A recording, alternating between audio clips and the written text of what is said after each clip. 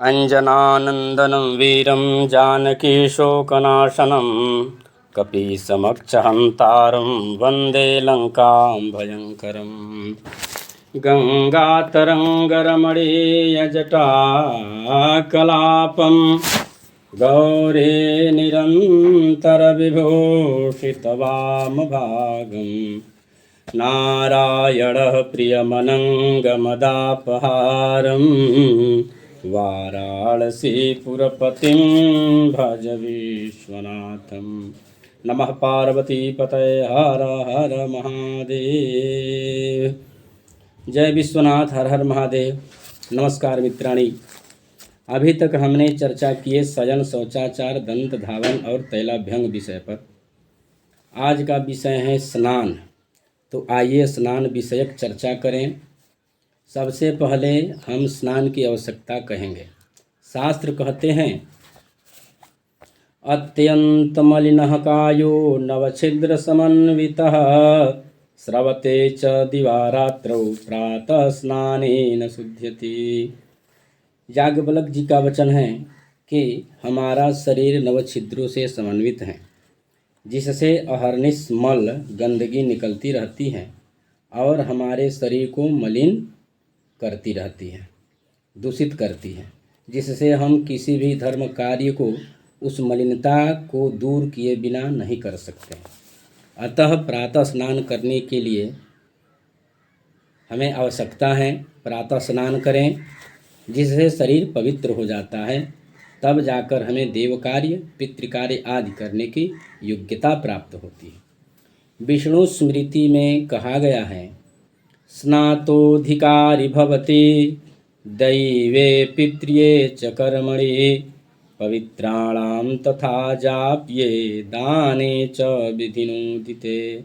अर्थात स्नान करने पर ही देव पितृकार्य, जप तप दानादि क्रिया करने की योग्यता प्राप्त होती है। बिना स्नान किए इन कर्मों की योग्यता नहीं रहती। बाधुल ऋषि का कहना है कि स्नान किए बिना जो पुण्य कर्म किए जाते हैं वह सब निष्फल हो जाता है। इसलिए स्नानाचार बहुत जरूरी है। बाधुल ऋषि कहते हैं स्नानाचार विहीनस्य सर्वास्यु निष्फला क्रिया। अर्थात बिना स्नानाचार किए हमारे सारे कृत्य जो हैं सब निष्फल हो जाते हैं। स्कंद पुराण में भी कहते हैं कि जो व्यक्ति बिना स्नान किए पुण्य कर्म करता है उसका सभी पुण्य फल राक्षस ग्रहण कर लेते हैं। जैसे बिना स्नानं तु यत् कर्मं पुण्यं कार्यमयं शुभं क्रियते निष्फलं ब्रह्म तत्प्रतिगृह्णन्ति राक्षसाः। बिना स्नान किए जो भी कार्य किए जाते हैं, यहाँ देखिए भोजन भी एक प्रकार का आत्मयज्ञ है। हमारे अंतःकरण में परमात्मा का वास है, तो बिना स्नान किए भोजन भी नहीं करना चाहिए, नहीं तो उस भोजन का रस है तब प्रतिगृह्णन्ति राक्षसाः, उसका रस राक्षस ग्रहण कर लेते हैं। इसलिए बिना स्नान किए कोई भी कर्म, कोई भी कृत्य शुभप्रद नहीं है। क्यों कि उसका फल राक्षस हरण कर लेते हैं। शास्त्र में स्नान भी 3 प्रकार का बताया गया है। नित्यं नैमित्तिकं कायं नित्यं नैमित्तिकं काम्यं त्रिविधं स्नानमुच्यते।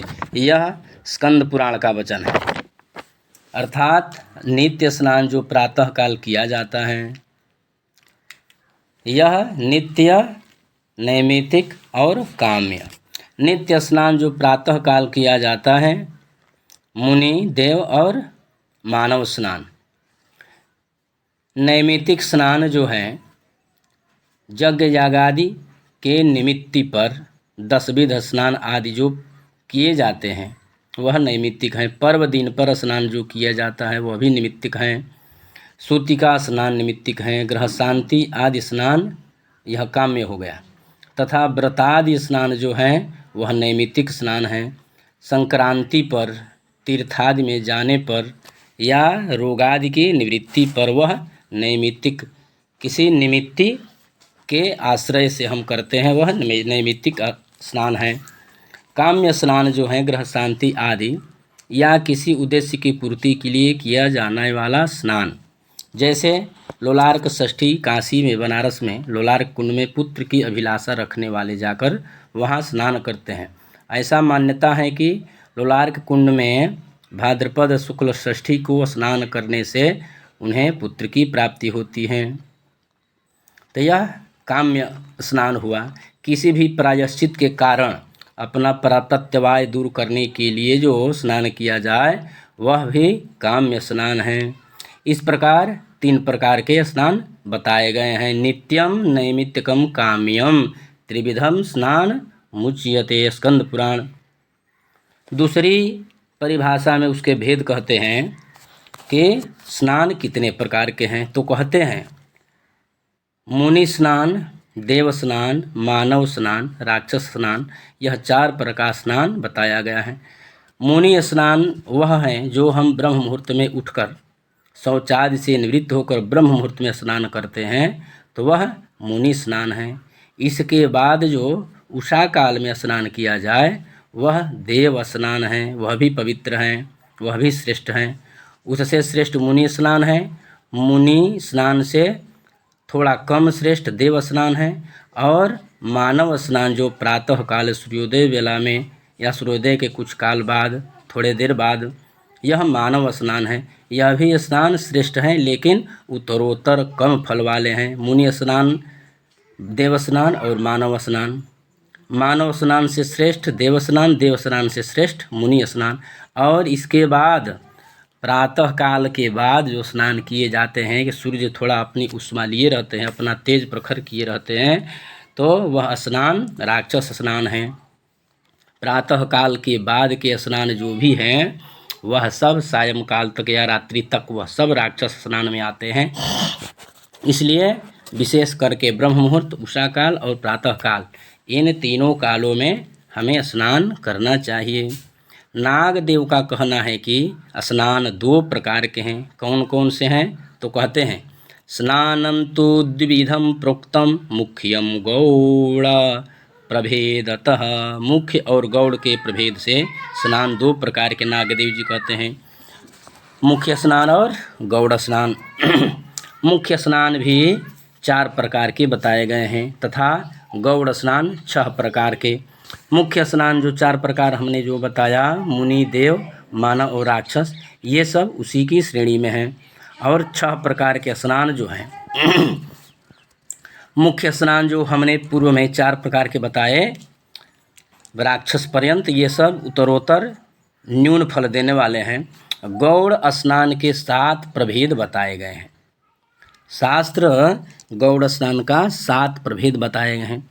याज्ञवल्क्य जी का कहना है कि मंत्र स्नान, भौम स्नान, आग्नेय स्नान, वायव्य स्नान, दिव्य स्नान, वारुण स्नान और मानस स्नान, इस प्रकार से गौड़ स्नान के 7 प्रभेद हो जाते हैं। आइए श्लोक देखते हैं। मंत्रम भौमम तथाग्नेयम वायव्यम दिव्यमेव च वारुणम मानसम चैव सप्तस्नानान्युक्रमात्। ये क्रम से 7 प्रकार के स्नान बताए गए हैं। मंत्र स्नान, भौम स्नान, अग्नेय स्नान, वायव्य स्नान, दिव्य स्नान, वारुण, मानस, इस प्रकार से 7 इसके प्रभेद जो हैं। तो मंत्र स्नान क्या है? जो मंत्रों के द्वारा मार्जन करके किया जाए। जैसे पूजा पाठ के समय आचार्यगण जो जल छिड़कते हैं या जल छिड़कने को कहते हैं या किसी से छिड़कवाते हैं कोई अपने सहायक विद्वान से, तो वह मंत्र स्नान है। स्नान किए रहने के बाद भी अपमार्जन के द्वारा जल छिड़ककर मंत्र स्नान कराया जाता है, जिससे और भी दिव्यता बढ़ जाए। भौम स्नान जो है मृतिका आदि लेप करके शरीर की शुद्धि करते हैं, यह भौम स्नान है। इसी भौम स्नान के प्रकल्प आधुनिक काल में साबुन इत्यादि बन गए हैं जो अनेक रसायनों से युक्त होते हैं। तो विशेष करके हमें इन साबुनों का प्रयोग कम करें। मृतिका बाज़ार में उपलब्ध हैं, कहीं भी उपलब्ध हैं। ये मुल्तानी मिट्टी करके भी आती हैं। आप कोई भी पवित्र मिट्टी खरीद सकते हैं, मंगा सकते हैं, ले सकते हैं, तो भौम स्नान की श्रेणी में वह आएगा। तो भौम स्नान दूसरे स्थान पर यह विधि भौम स्नान की विधि है। आग्नेय स्नान है जो भस्म, राख आदि जैसे विभूति हो, किसी कुंड के, पवित्र कुंड के भस्म हो, विभूति हो, तो उसको मल कर उससे शरीर का मार्जन करके हम स्नान करते हैं, तो वह आग्नेय स्नान है। चौथा वायव्य स्नान कहते हैं, जो गोबर से, गाय के पवित्र गोबर से स्नान किया जाए तो वह वायव्य स्नान है। दिव्य स्नान कहते हैं, यह स्नान जो है गाय के दूध, दही, घी, मधु, फल के रस या फल, गोबर, गोमूत्र से स्नान जो किया जाए तो वह क्रम से यह दिव्य स्नान है, विधिवत स्नान है, दिव्य स्नान है। और वारुण स्नान है जो डुबकी लगा लगा कर स्नान किया जाए, तो यह वारुण स्नान है। मानस स्नान वह है जो केवल अपना स्मरण करे और अपने मन में पवित्रता की भावना करें, तो यह मानस स्नान है। इस प्रकार के याज्ञवल्क्य जी 7 प्रकार के प्रभेदों के द्वारा 7 स्नान के बारे में बताए हैं।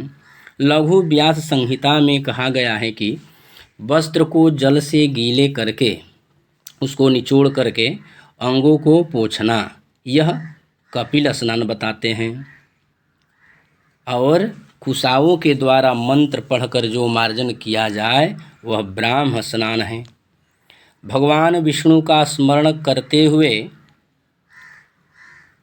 अपने को भावना, पवित्रता की भावना करें कि भगवान का हम स्मरण कर रहे हैं और भगवान हमें पवित्र कर रहे हैं, तो भगवान का स्मरण करना जो स्नान है यह यौगिक स्नान है।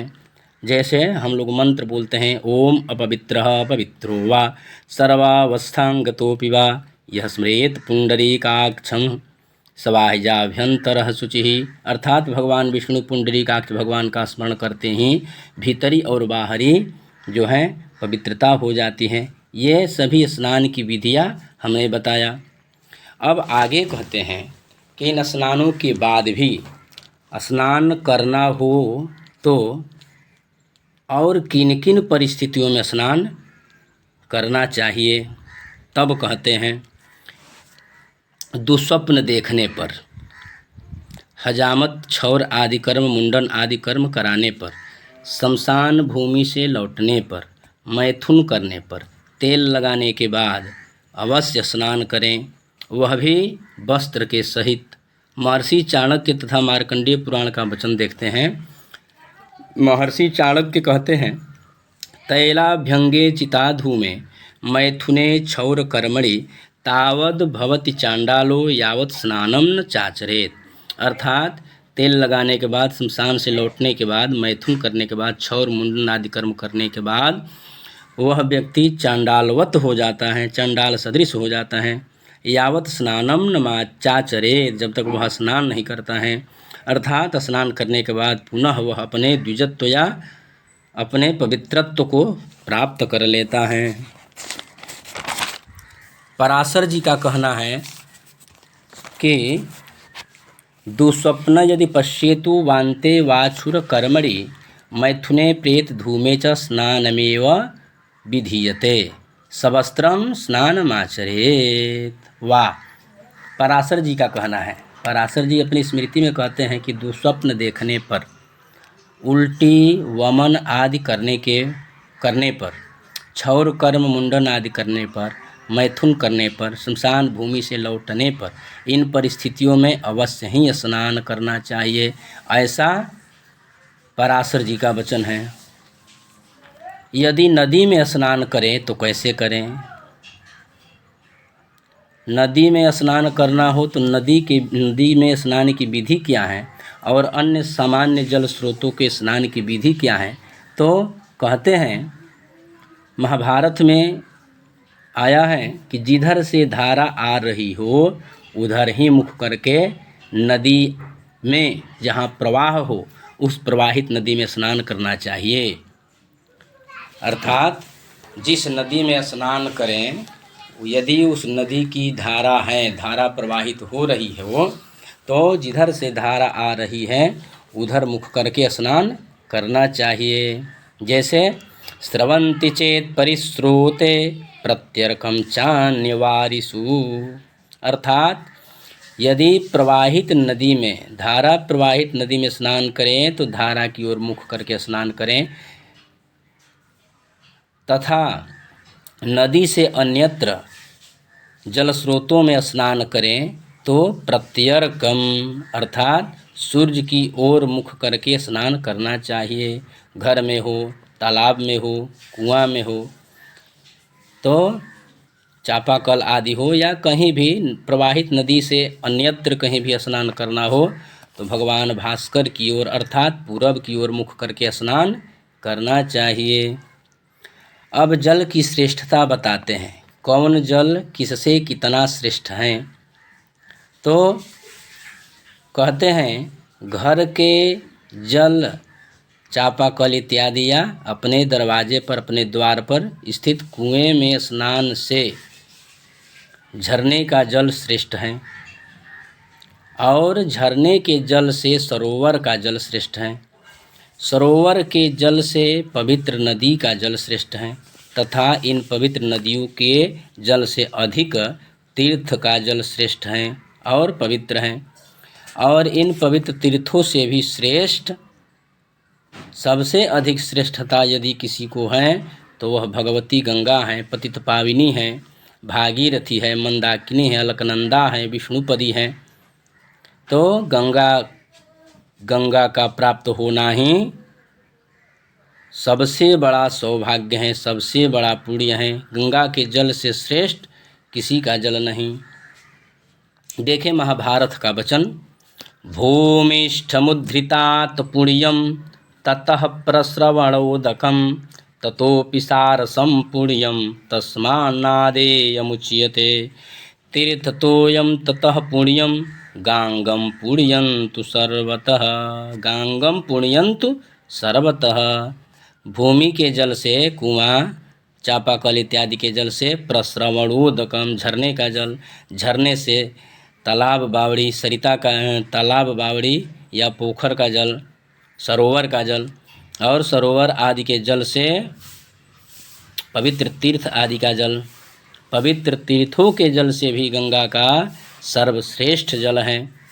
अब आपको बताते हैं कि किस परिस्थिति में कहाँ स्नान न करें। ये तो स्नान की विधि आपको बता दी गई, ये सब स्नान के प्रकल्प हैं और कैसे करना चाहिए, कहाँ करना चाहिए, किससे क्या श्रेष्ठ है। तो अब आगे आपको बताते हैं कि किस परिस्थिति में तथा कहाँ स्नान न करें। तो स्कंद पुराण में कहा गया है कि न स्नानमाचरेत् भुक्त्वा नातुरो न महानिशि न वासोभिः सहाजस्रं नाविद्याते जलाशये निशायां चैव न स्नायात् संध्यायां ग्रहणं विना। अर्थात कहते हैं कि भोजन कर लेने के बाद मध्य रात्रि में यदि ग्रहण न हो तो रोगी रहने पर, शरीर में रोग रहने पर, या बहुत अधिक वस्त्र पहनकर सायंकाल के संध्या के समय में, गोधूली या प्रदोष वेला में, तथा अज्ञात जलाशय में और अथाह जल में भी स्नान नहीं करना चाहिए। कहाँ कहाँ, कब कब, तो भोजन कर लेने के बाद, मध्य रात्रि में, रोगी रहने पर, अधिक वस्त्र पहनकर, सायंकाल के संध्या के समय, प्रदोष या गोधूली वेला में, अज्ञात जलाशय, जिस जलाशय के बारे में कोई जानकारी नहीं है, तथा अथाह जल में स्नान कभी नहीं करना चाहिए। फिर कहते हैं कि किस परिस्थिति में, इस परिस्थिति में भी कब कब स्नान अवश्य करना चाहिए। इन सब परिस्थितियों में भी रात्रि को जो मना कर दिए हैं कि रात्रि में स्नान नहीं करना चाहिए, तो यदि परिस्थिति बस स्नान करना पड़े तो किस परिस्थिति में करें। तो गरुड़ पुराण के आचार कल्प में कहा गया है कि पुत्र जन्मनि योगेषु तथा संक्रमणेरवेहे राहोश्च दर्शने स्नानम प्रशस्तम निशिनान्यथा। अर्थात पुत्र के जन्म होने पर, संक्रांति के समय, अपने जन्मदिन, जन्म नक्षत्र में, ग्रहण काल में, रात्रि में स्नान का दोष नहीं लगता। पुत्र जन्म हो जाए, पुत्र का जन्म सुन लें, संक्रांति लग रही हो अपना जन्मदिन है, अपना जन्म नक्षत्र है या ग्रहण काल है, तो इस समय रात्रि में स्नान का दोष नहीं लगता। अब कहते हैं किस समय स्नान करने से या किस परिस्थिति में स्नान करने से शरीर में कौन सा रोग होता है। तो नीति वाक्यामृत में कहा गया है कि बिना थकावट दूर किए तथा बिना मुख धोए स्नान करने पर और सूर्य के ताप से संतप्त स्थिति में तुरंत स्नान करने पर नेत्र की ज्योति क्षीण होती है तथा सिर की पीड़ा होती है। जैसे आतप संतप्तस्य क्लांतः जलावगाहो दृङ्माद्यं शिरोव्यथां च जनयति मुख प्रक्षालन रहित स्नानम नेत्र ज्योतिं च हीयते। अर्थात धूप से आतप संतप्तस्य, धूप से, धूप के संताप से थके होने पर और बिना मुख प्रक्षालन किए स्नान करने से नेत्र की ज्योति क्षीण होती है तथा सिर की वेदना बढ़ती है, सिर में मस्तक शूल आदि रोग होते हैं। अब कहते हैं कि किस पात्र से जल न ले स्नान के लिए या पूजा के लिए। तो कहते हैं कांस्य पात्राच्युतं वारी स्नाने च देवतार्चने स्वानमूत्रस्मं तोयम पुनः स्नानेन शुद्धति। अर्थात कांस्य पात्र से, जो कांस्य पात्र में भरा हुआ जल हो उससे जल नहीं ग्रहण करना चाहिए। कांस्य पात्र हमारे बोलचाल भाषा में फूल कहते हैं, वही कांस्य है। तो कांस्य पात्र में जो भरा हुआ जल हो उससे जल लेकर स्नान न करें और देव कार्य न करें। क्यों? तो स्वान मूत्र समम तोयम, वह जल जो है कुत्ते के मूत्र के समान हो जाता है। अतः कांस्य पात्र से जल लेकर स्नान पूजा पाठ आदि न करें। इस तरह से शास्त्र में स्नान के प्रकल्प बताए गए हैं और इसके कुछ अवशिष्ट, स्नान प्रकल्प के कुछ अवशिष्ट हैं जो अग्रिम वीडियो में बताए जाएंगे और कुछ विशेष अभिव्यक्ति के साथ, वह भी श्राव्य होगा, सुनने लायक होगा और शास्त्रीय प्रमाण के साथ होगा। आप सब अग्रिम वक्तव्य को अवश्य सुनेंगे। तब तक के लिए आज बस इतना ही। हर हर महादेव।